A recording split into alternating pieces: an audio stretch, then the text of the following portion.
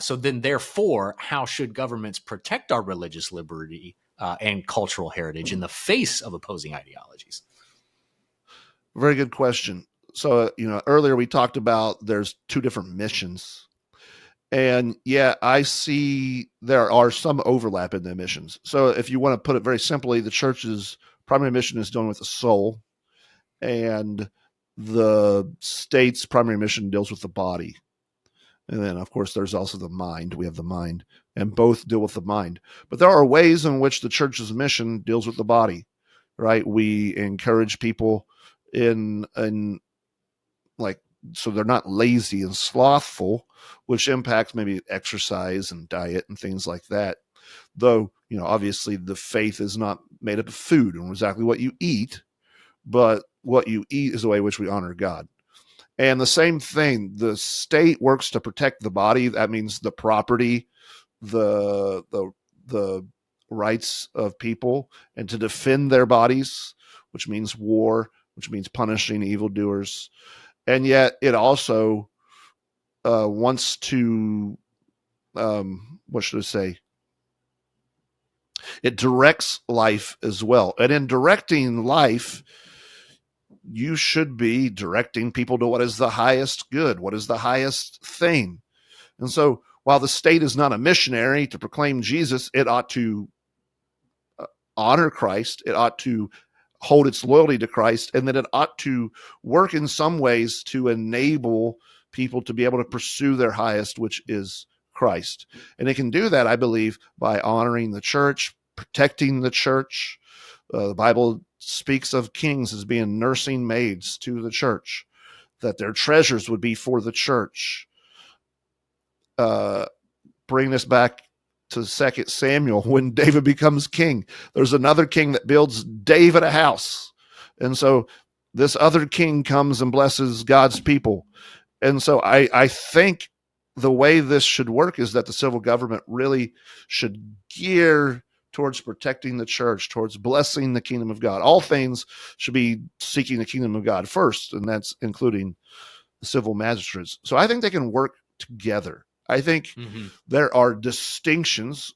A pastor is not a president. Pastors don't plan war plans and those type of things, but they can exhort the civil magistrates to do their duty. Sure. And I think in our day that would be defend our nation from foreign invasion, which I'm glad President Trump is doing. You can defend a nation and do what's best for the people by closing off our borders from illegal immigrants and from especially terrorists and gangs. You can exhort the civil magistrates as a Christian, as a pastor, to punish evildoers, to protect life.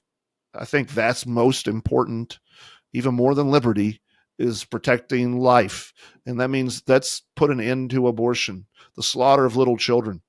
That has to be abolished. That has to be done away with. God is not pleased with our nation, with all the blood that we have shed. And having a political change, which I'm glad has happened with President Trump, and I see kind of winds shifting away from DEI and all that, and I'm very glad for that.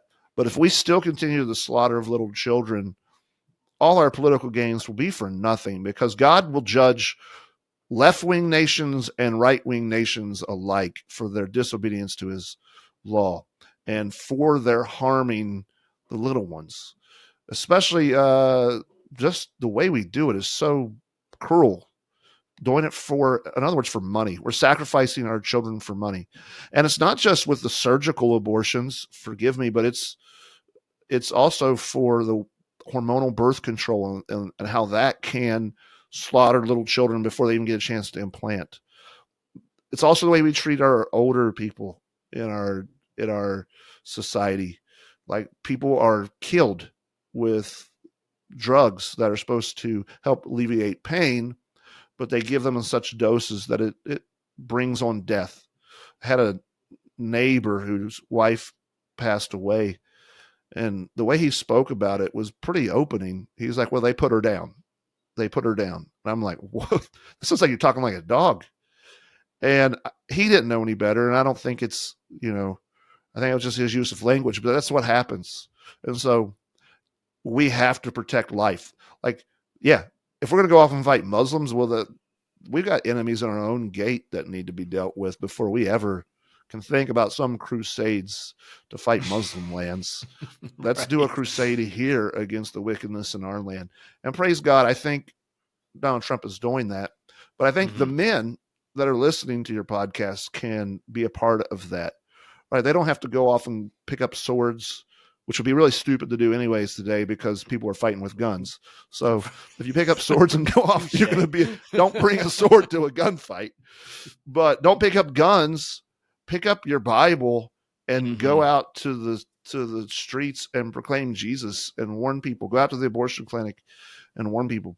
Tell your wife no to hormonal birth control, and talk about it in your church. Like, there are a whole lot of little battles that you can fight and that you should have the zeal for before you could ever think about becoming Richard the Lionheart. Right. 100%, Pastor. You, man, so much good points you brought up there. Like, there is wickedness here that needs to be dealt with. We are blessed that God gave us another shot at eradicating this wickedness, because he could have just as easily put Kamala Harris and put us under the thumb of her. And who knows, what kind of persecution Christians would have faced. So we have another shot. We cannot waste it. We need to evangelize the Christless conservatives. We need to be at those abortion clinics. We need to influence our politicians in ways that we never have before towards biblical principles, because there was a day in America where pastors informed their flocks on what biblical principles we need to be led by. If you were running for office anywhere in the country, in the original 13 colonies, if you weren't going to church, you weren't getting elected. You had to be guided by even the deists knew that biblical principles were the way to be governed by. Christians or non-Christians, I should say, like Ben Franklin, even he knew. He stopped the Constitutional Convention for prayer. We need more pastors informing our flocks that, yes, there is a biblical way to govern. You don't necessarily have to, the church doesn't need to be writing, tax codes and things like you had said. We don't need to be in the nitty gritty, but we need to be informing how the country should be run, and we should hold our leaders to those principles. And I don't believe that any other religious principles belong in our government. Might be just me, but I think it's got to be Christian. But Pastor, a lot of good stuff. Let's jump into some action items.